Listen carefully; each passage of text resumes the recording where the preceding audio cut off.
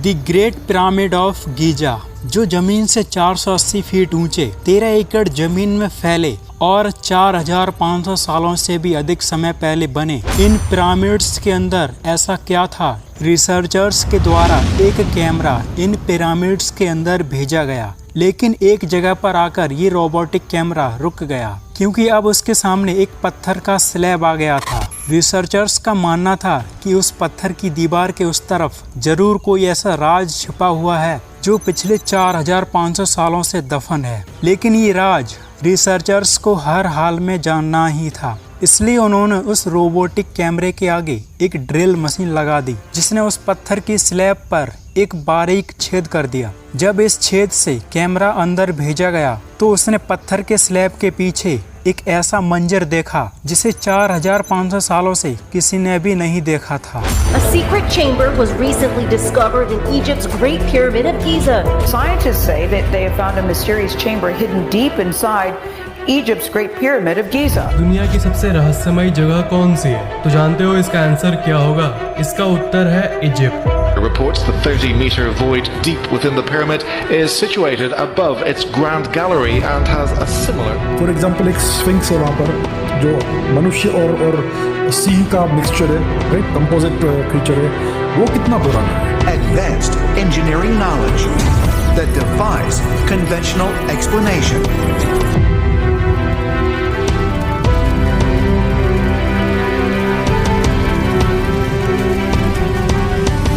Pyramid के अंदर क्या है और इसे किस मकसद से बनाया गया था, ये बात सदियों से रिसर्चर्स को परेशान किए हुए है। कुछ एक्सपर्ट्स मानते हैं कि इजिप्ट के पिरामिड्स राजा रानियों की कब्रों के लिए नहीं, बल्कि इन्हें किसी दूसरे मकसद से बनाया गया था। तो क्या था वो मकसद? आइए जानते हैं। Let's explore. Motive number 1, Egypt में एक जगह है डेंडेरा। यहाँ पर एक मंदिर है जिसे डेंडेरा लाइट कॉम्प्लेक्स कहा जाता है। साइंटिस्ट मानते हैं कि 4000 साल पहले ये मंदिर इजिप्शियन ने अपने भगवान के लिए बनाया होगा। लेकिन हैरान करने वाली बात यह है कि इस मंदिर का आधा हिस्सा रेत के नीचे दबा हुआ था, लेकिन साल 1850 में इस दबे हुए आधे हिस्से को साफ किया गया तो रिसर्चर्स के सामने कुछ इस तरीके के दिखने वाली आकृतियां आईं। मंदिर की दीवार पे बनी इन आकृतियों में कुछ इजिप्शियंस खास तरह की बल्ब जैसी चीजों को पकड़े हुए हैं। रिसर्चर्स ने इन लाइट बल्ब जैसी दिखने वाली आकृतियों को डेंडेरा लाइट नाम दिया। अगर हम सिमिलरली देखें तो डेंडेरा लाइट आज के क्रूक्स ट्यूब जैसी दिखती है, पर कुछ विचारक मानते हैं कि भले ही ये आकृतियां क्रूक्स ट्यूब जैसी दिखाई देती हैं, पर उस जमाने में ये लाइट बल्ब की तरह उपयोग की जाती होंगी। पर सवाल ये है कि आखिर उस टाइम के लोगों के पास लाइट बल्ब और इलेक्ट्रिसिटी जैसी चीजों का ज्ञान था भी या नहीं। ध्यान रहे, मैं 4000 साल पहले की बात कर रहा हूँ। इवन आज के लाइट बल्ब का आविष्कार 143 साल पहले 1880 में हुआ था। इजिप्ट के वैज्ञानिक इन एंशिएंट चित्रकारी को देखकर पूरी तरह से हैरान थे। उन्हें असल मतलब नहीं समझ आ रहा था कि इजिप्ट के लोगों ने ये आकृतियां क्यों बनाई थीं, लेकिन जल्द ही उनके सवालों का जवाब मिलने वाला था।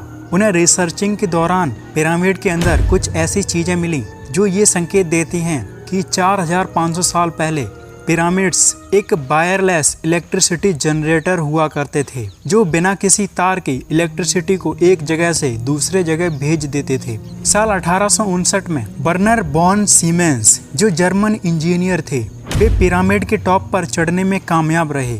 जब वे पिरामिड के टॉप पर पहुंचे तो उनके साथ एक अजीब सी चीज हुई। जब सीमेंस ने अपनी एक उंगली को ऊपर उठाया तो उन्हें उंगली की नोक से झुंझुनी उठती हुई महसूस हुई। उनके साथ कई अजीब घटनाएं होने लगी जो ये महसूस कराती हैं कि पिरामिड के टॉप पर इलेक्ट्रिसिटी प्रोड्यूस होती है। बर्नर के इस स्टेटमेंट के बाद साल 2018 में रूसी वैज्ञानिकों की एक टीम अपने साथ कुछ इलेक्ट्रिक गैजेट्स लेकर पिरामिड के टॉप पर पहुंचे। वहां उन्हें पता चला कि पिरामिड इलेक्ट्रोमैग्नेटिक एनर्जी को सेंट्रलाइज्ड यानी केंद्रित कर सकता है, जो कि इलेक्ट्रिसिटी प्रोड्यूस करने का मुख्य संकेत था। लेकिन अभी फिलहाल इजिप्ट की गवर्नमेंट ने पिरामिड के टॉप पर चढ़ने पर पूरी तरह पाबंदी लगा रखी है। मोटिव नंबर 2, पिरामिड्स के नीचे सुरंगों की एक दुनिया ही बसी हुई है। इस मिस्टीरियस वर्ल्ड का राज खोलने के लिए वैज्ञानिक तकनीक का इस्तेमाल किया गया, जापान के क्योसो यूनिवर्सिटी में रेडिएशन मेट्रोलॉजी डिपार्टमेंट के एक शोध के मुताबिक पिरामिड के अंदर छिपे रहस्यों का पता लगाने के लिए म्यून रेडियोलॉजी सबसे सफल तकनीक है। म्यून सब एटॉमिक पार्टिकल्स हैं जो 600 मीटर मोटी चट्टान से भी गुजर सकते हैं। इस प्रोजेक्ट का नाम स्कैन पिरामिड रखा गया और इस म्यून टेक्नोलॉजी के जरिए पिरामिड के अंदर की इमेज निकालने की तैयारी की गई थी। लेकिन तब तक दुनिया में कोविड फैल गया, जिसके कारण स्कैन पिरामिड प्रोजेक्ट ठप पड़ गया। लेकिन फिर भी पिरामिड के बारे में कई भयानक बातें सामने आई। शोधकर्ता एंड्रयू कॉलिंस ग्रेट पिरामिड में मौजूद एक चट्टान पे रिसर्च कर रहे थे। तभी उनकी नजर चट्टान पर मौजूद एक दरार पर पड़ी। जब कॉलिंस ने उस दरार की जांच की तो उन्हें पता चला कि वह दरार एक बड़ी गुफा में जाकर खुलती है। 4500 साल पुरानी इस गुफा में जहरीली स्पाइडर्स और कई तरह के जहरीले जीवों का बसेरा है। डॉक्टर कॉलिंस को पिरामिड के नीचे इन सीक्रेट सुरंगों और खुफिया चैम्बर्स के होने का सबूत एक ब्रिटिश राजनयिक शोधकर्ता हेनरी सॉल्ट के शोध पत्रों से मिला था, जिसने सन 1817 के आसपास गीजा के महान पिरामिडों के नीचे सुरंगों की पड़ताल की थी। डॉक्टर कॉलिंस ने पिरामिड के नीचे एक रहस्यमय दुनिया होने की अपनी थ्योरी पर एक किताब बीनीथ द पिरामिड्स भी पब्लिश की है।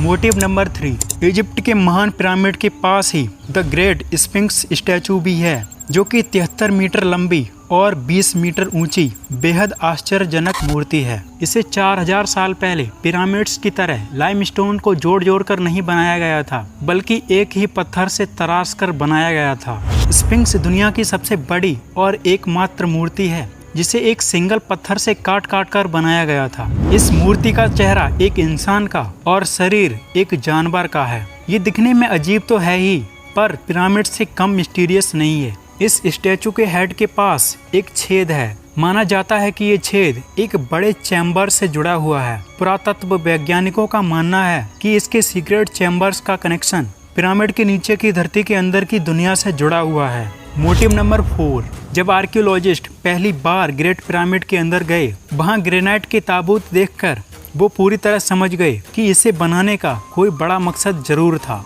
लेकिन यहाँ से आगे जो खोजें हुई उनमें ये समझ आया कि पिरामिड 2 हिस्सों में बटा हुआ था, जिसमें पहला हिस्सा किंग्स चैम्बर और दूसरा हिस्सा क्वीन चैम्बर है। लेकिन फिर उन्होंने एक खास तरह की एक्सरे किरणों की बौछार मारकर देखा और उन्हें जो नजर आया उसे देखकर वे सभी हैरान रह गए। यहाँ सिर्फ किंग्स चैम्बर या क्वीन चैम्बर ही नहीं, बल्कि एक खास तरह का चैम्बर भी था। डॉक्टर जाही हवास का मानना था कि शायद यही वो सीक्रेट चैम्बर है जिसके अंदर पिरामिड्स के कई राज छिपे हुए हैं। अब वे जल्द से जल्द उस सीक्रेट चैम्बर तक पहुंचना चाहते थे, पर कैसे? क्योंकि वहां तक जाने का रास्ता क्वीन चैम्बर में मौजूद एक 20 बाय सेंटीमीटर चौड़ाई वाले सुरंग से था। इतनी छोटी सी सुरंग में कोई इंसान कैसे घुस सकता था? शुरुआत में तो आर्कियोलॉजिस्ट रॉब रिचर्डसन को ये लगता था कि हो ना हो मिस्र वासियों ने इस सीक्रेट चैम्बर तक जाने का कोई ना कोई बड़ा रास्ता जरूर बनाया होगा। लेकिन कई महीनों तक इस बारे में जांच करने के बावजूद उन्हें कोई ऐसा रास्ता नहीं मिला। उन्हें मजबूरन इसी 20 सेंटीमीटर चौड़े सुरंग से ही कुछ करना था। उन्हें आइडिया आया कि क्यों ना इसमें कोई कैमरा भेजा जाए, क्योंकि एक छोटा सा रोबोटिक कैमरा भी सुरंग के अंदर जाकर ये काम कर सकता है। काफी कोशिश करने के बाद एक ऐसा ही रोबोटिक कैमरा बना लिया गया, जिसको साल 1993 में इस छोटी सी सुरंग में भेजा गया। लेकिन 200 फीट तक अंदर जाने के बाद ये रोबोटिक कैमरा रुक गया, क्योंकि अब उसके सामने एक पत्थर का स्लैब था जिस पर 2 कॉपर हैंडल्स भी लगे हुए थे। लेकिन आर्कियोलॉजिस्ट को हर कीमत पर स्लैब के उस तरफ का मंजर देखना ही था, जो पिछले 4500 सालों से किसी ने भी नहीं देखा था। इसके लिए फिर से करीब 8 सालों के कड़ी मेहनत के बाद एक बार फिर ऐसा रोबोट तैयार किया गया जिसके आगे एक ड्रिल मशीन लगी हुई थी। साल 2001 में दोबारा उस रोबोटिक कैमरे को सुरंग के अंदर भेजा गया, जिसमें लगी ड्रिल ने लाइमस्टोन से बने उस स्लैब में एक बारीक छेद कर दिया। इतना बारीक छेद कि सिर्फ एक कैमरा ही उसके अंदर जा सके। लेकिन जब कैमरे ने अंदर देखा तो उसके सामने एक और पत्थर की दीवार थी। लेकिन जब कैमरे का एंगल नीचे जमीन की तरफ किया गया तो कुछ ऐसा मंजर नजर आया जिसने सबके रोंगटे खड़े कर दिए। जमीन पर लाल रंग के कुछ खास अक्षर, कुछ खास अल्फाबेट्स लिखे हुए थे, जो इस छोटे से पैकेज को सील करते वक्त 4500 साल पहले ही लिखे गए थे। पुरातात्विक वैज्ञानिकों और उनकी टीम के किसी भी मेंबर को ना तो ये लैंग्वेज समझ में आई और ना ही उसका मकसद। मोटिव नंबर 5, जब पहली बार गीजा के पिरामिड्स की एरियल फोटोग्राफी की गई तो उसके कई फोटोग्राफ्स में नोटिस किया गया कि इन तीनों पिरामिड्स का स्ट्रक्चर एक दूसरे से बिल्कुल मैच नहीं करता। जिन लोगों ने इंच बाय इंच लेवल करके 0 एरर्स के साथ इतनी सफाई से पिरामिड्स बनाए, उन्होंने इन्हें एक दूसरे से अलाइन क्यों नहीं किया? क्यों इन तीनों पिरामिड्स की साइज और पोजीशंस किसी भी तरीके से मैच नहीं करती? शुरुआत में तो ये सबको कोइंसिडेंस यानी संयोग लगा, लेकिन तब तक जब तक रॉबर्ट बाउवेल ने इस गुत्थी को सुलझा नहीं दिया। रॉबर्ट बाउवेल का मानना था कि पिरामिड्स के ये पोजीशंस कोई कोइंसिडेंस नहीं है, बल्कि बहुत सोच समझकर काफी कैलकुलेशन करने के बाद एक प्लान के अनुसार रखी गई थी। जैसा कि हम जानते हैं कि 4500 साल पहले इजिप्शियन लोग तारों को बहुत मानते थे। इसी वजह से उन्होंने ओरायंस बेल्ट के इन 3 तारों की पोजीशन के हिसाब से ही पिरामिड्स की पोजीशंस भी रखी। आसमान में मौजूद तारों के एक नक्षत्र ओरायंस बेल्ट के तारों के साथ गीजा के पिरामिड्स को सीधे मैच क्यों करवाया गया? अगर गौर किया जाए तो इन 3 तारों में से 2 तारे ब्राइट हैं, पर एक तारा डिम भी है और इन दोनों से हटा हुआ भी। तारों का यही सेम पैटर्न गीजा के पिरामिड्स में भी इस्तेमाल किया गया था। आखिर उन लोगों का मकसद क्या था?